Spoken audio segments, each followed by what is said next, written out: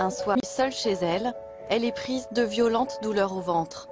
Au milieu de la nuit, elle se lève pour prendre un médicament.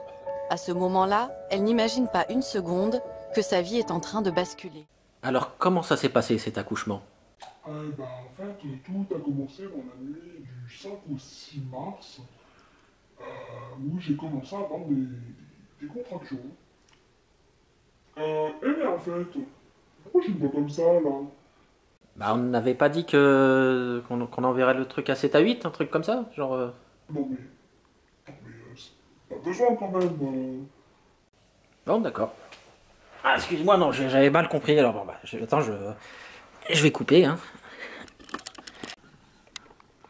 Bon bah, c'est bon, tu veux avoir un normal, là? Attends, vas-y, c'est bon.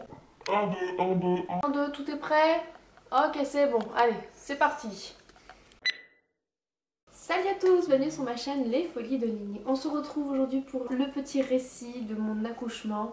Et aussi comme ça, en fin de vidéo, je vous présenterai bébé Liam qui est juste ici en train de dormir bien paisiblement. Donc si vous entendez des petits couinements, bah c'est bébé qui s'exprime. Tout a commencé en fait la nuit du 5 au 6 mars. Donc dans la nuit vers 4-5 heures du matin si ma mémoire est bonne. J'ai eu des contractions, donc pendant ça a duré 1 heure ou 2, j'ai eu de bonnes contractions, donc du coup bah je me suis dit bon ça y est, le corps commence à travailler et tout, sachant qu'en plus le lendemain, enfin donc le 6 le matin, j'avais rendez-vous à 9h30 pour faire un monito de contrôle avec ma sage-femme. Au bout de 2 heures, bah, les contractions se sont calmées, c'est pas non plus des grosses contractions, voilà, c'était pas... voilà. Quand on a eu plusieurs accouchements, on arrive à reconnaître en fait si c'est des contractions qui travaillent ou pas. À 9h20, bah, je me dirige tranquillement en fait à l'hôpital pour voir ma sage-femme. Donc sachant qu'à l'hôpital du coup, une fois que j'arrive, on passe au niveau du bureau des aides-soignantes et on fait pipi dans un petit pot, on prend la tension, on nous pèse et tout tralala. Donc je prends mon petit pot, je vais faire pipi et en remettant mon pantalon, je vous raconte tous les détails, hein, comme ça au moins il n'y a pas de tabou. Et en remontant mon pantalon, bah, je me dis, c'est chelou, il y a un truc bizarre. Je me suis encore pissée dessus ou quoi. Du coup, il y avait mon sac à main par terre, donc je fais un peu style, oh, je vais regarder un truc en écartant un petit peu les jambes. Et là, je vois que du coup, en fait, j'ai une auréole en fait entre les jambes. Et là, je me fais, non, c'est bizarre, parce que ça arrive hein, quand on est enceinte d'avoir des petites fuites urinaires, mais ça dépasse jamais la cuisse, enfin, ça dépasse jamais le pantalon, quoi. Surtout que j'avais un jean. Donc ça dépasse vraiment jamais. Et là je me dis, oh c'est vraiment bizarre, en plus c'était un peu chaud et tout, c'était... voilà. Enfin bref. Du coup je me lève pour me peser et puis du coup elle me passe mes papiers en même temps et puis elle me dit, bah dans la salle, va dans la salle où il y a la sage-femme. Donc je marche et tout, puis je sens que ça coule en même temps, mais léger, hein, vraiment léger. Et là je vois la sage-femme, je dis par contre j'ai un problème, je crois qu'il va falloir que je retourne aux toilettes parce que je sens que ça coule. Elle me dit, bah allez, retournez voir les aides-soignantes et puis elles vont vous donner ce qu'il faut pour vous protéger. Et on se revoit juste après. Donc je vais voir l'aide-soignante, j'y retourne, tatati, tatata, je mets ma petite serviette hygiénique, je retourne voir la sage-femme. En attendant, je préviens Samir qui lui était déjà au travail, hein, parce qu'il commence à 9h, donc lui était déjà au boulot depuis un petit moment. La sage-femme me dit, bah ce qu'on va faire, on va faire le monito, tranquillou. Et après, du coup, je vous ausculte pour voir si c'est vraiment la poche des os qui s'est fissurée. Parce qu'en soi, voilà, j'ai pas... comme je disais, c'est pas des grandes os. L'élève, donc c'est un élève sage-femme qui vient me voir. Et il me dit, bah je vais vous ausculter. Donc il m'ausculte. Et du coup, bah il dit à la sage-femme, il me dit, parce que du coup, une fois qu'il m'a ausculté, bah du coup, j'ai senti que ça a coulé un peu plus. Voilà. Et là, du coup, bah il dit, bah rupture franche... Donc voilà, hein, ça veut dire ce que ça veut dire que je reste à l'hôpital. Donc j'étais plutôt contente quand même. Un peu stressée parce que du coup c'est vrai que on se dit ça y est, bah bébé va bientôt venir, c'est le grand jour en fait. Donc j'envoie un message à Samir, je lui dis bah voilà c'est vraiment une rupture de poche des os. Donc du coup bah lui bah il a arrêté toute... il n'a pas été travailler l'après-midi pour rester avec sa petite femme chérie. Donc je vais aux urgences pour faire l'admission. J'arrive dans ma chambre en maternité, il devait être 12h30. Samir arrive tranquillement, il devait être 13h, c'est ça mon amour? Ah ouais, vers 13h, Samir arrive vers 13h tranquillement. On mange, on a mangé, c'est ça? Ouais, on a mangé comme des gros cochons. Et là, du coup, les contractions commencent à arriver, mais tout doucement. C'était, voilà, je me baladais. Ah oui, sachant qu'avant que Samir arrive, j'ai fait tout le tour de l'hôpital, sous la pluie. Bon, c'était pas une grosse pluie, hein, mais j'ai fait tout le tour de l'hôpital. Il est quand même assez grand l'hôpital. À pied, hein, sinon c'est pas drôle. Et après, du coup, j'ai fait tout le tour. J'ai marché en fait dans le service, j'ai vu des collègues, j'ai vu des médecins de mon ancien service, donc j'ai papoté, donc j'ai bien marché. Parce que faut activer hein, le travail. Hein. Et Samir il arrive, donc on mange, on va se rebalader, on remarche, tatati, tatata, on remonte, je me balade dans la chambre, je marche dans la chambre, j'ai des contractions, totalement décousues, très supportables. Ça faisait mal, mais c'était vraiment supportable. Et vers 17h30, 18h, les sages-femmes arrivent pour me poser le monito. Donc on pose le monito, il s'est resté quoi 15 minutes le monito, grosso modo. Et pendant les 15 minutes, du coup, j'ai eu 4 bonnes contractions.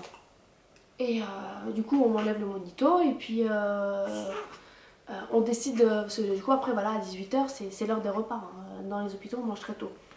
Et avec Samir, on se dit, avant que, enfin, au cas où s'il y a un truc qui se passe dans la nuit, moi le plateau de l'hôpital, je trouve ça dégueulasse. En plus, on m'a foutu que du poisson pendant tout le long du séjour. Donc du coup, moi je voulais juste une salade, je voulais manger un truc léger. Donc on s'est dit, on va à Carrefour. Parce que Carrefour est en face de mon hôpital, de l'hôpital où j'accouche. Donc on prend la petite voiture. Bon, il n'y a pas loin à aller, hein, il y a quoi 5 minutes. Même pas 5 minutes. Donc on prend la voiture, on y va, je prends ma petite salade Sodebo, Samir se prend son petit poulet frit et là je sens que les contractions commencent à bien venir, ça pousse, c'était violent. On retourne à l'hôpital et entre deux fourchettes je me dépêchais entre deux contractions pardon, je me dépêchais de manger parce que du coup là les contractions commençaient vraiment à être très intenses. Sachant que pour mes 2 autres grossesses, j'ai eu la péridurale vraiment de justesse. Vraiment, j'ai eu la péridurale à chaque fois pour pousser, clairement. Donc je m'étais dit pour celle-ci, je voudrais accoucher sans péridurale. Donc c'était un peu mon objectif d'avant accouchement. Et là, je me suis dit en fait dans la chambre en mater, je me suis dit là c'est pas possible, j'ai mal, j'ai vraiment très mal, j'en pleurais, j'allais aux toilettes. Je pleurais, j'étais dans les toilettes, je me tenais en fait à mes serviettes et tout ça, j'étais vraiment pas bien.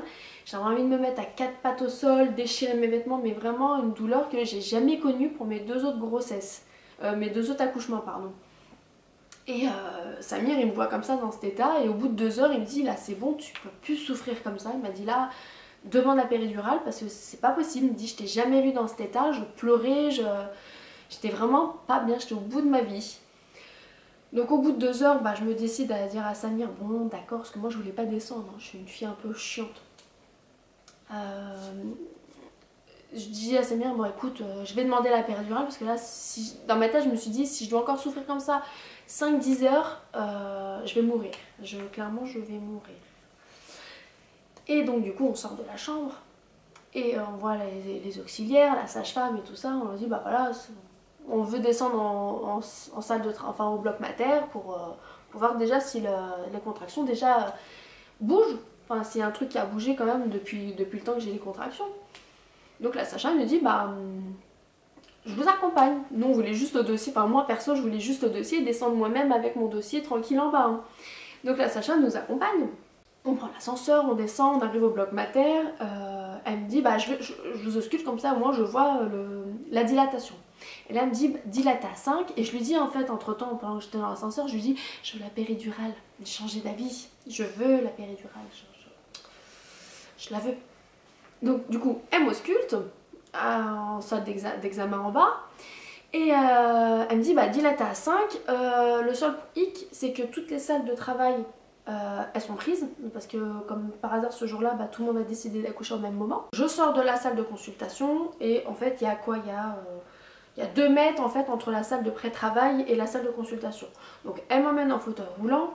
J'arrive en salle nature, donc il y a un grand lit tout rond, une baignoire, salle de bain, douche, enfin tout le tralala. En fait c'est une salle qui est pas faite pour accoucher, c'est une salle en fait pour la préparation. Donc en fait c'est pendant tout le long des contractions, on peut rester ici, on peut prendre un bain, c'est vraiment le truc pour se relaxer. Il y a un grand tissu pour se suspendre, un grand lit où on peut s'allonger avec son mari pour que lui se mette derrière, te masser le dos.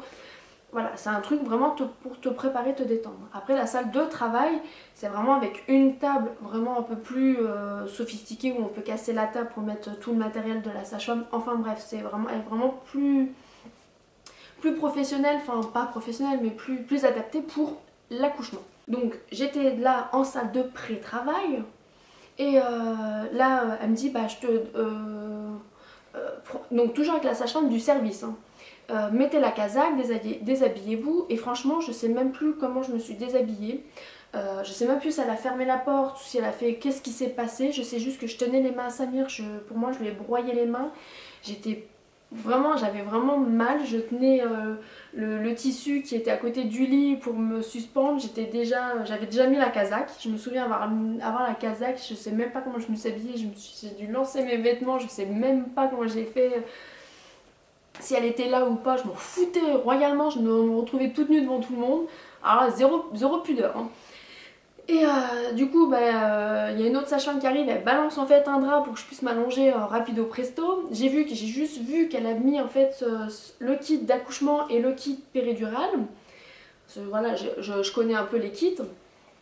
Et donc du coup, je m'allonge, elle me met le monito en fait pour les contractions et elle cherche le cœur du bébé. Donc elle n'arrive pas à trouver le cœur du bébé, elle le cherche, donc elle me demande de me tourner 1 fois, 2 fois, 3 fois et à chaque fois du coup les contractions, elles venaient, elles repartaient, mais en fait avec une puissance, puissance 20 de mes autres contractions que j'avais pu connaître avec Sophia et Nora. Et là je sais pas, je la vois sortir d'un coup et je l'entends qui dit on s'installe pour l'accouchement. Et là elle revient vers moi, elle fait bon madame je suis désolée, la péridurale là c'est mort, le bébé il est là. Allongée à l'arrache, pas perfusée, rien du tout. Et là dans ma tête je me suis dit c'est bon, c'est les dernières fois que je vais souffrir, il faut que je donne tout ce que j'ai, comme ça au moins je vais plus souffrir et le bébé sera là. Et donc du coup à la guerre comme à la guerre, elle a mis ses gants tant bien que mal, elle me tenait les jambes, moi j'ai agrippé mon gras double sur mes cuisses, le lendemain matin je me suis réveillée avec des bleus, la trace de mes ongles. J'ai tellement hurlé. Je crois que même dans tout l'hôpital, je crois qu'on a dû m'entendre, je me suis même excusée auprès de la sage-femme. Voilà, j'ai dû pousser, Samir m'a dit que j'ai poussé 5 fois en hurlant.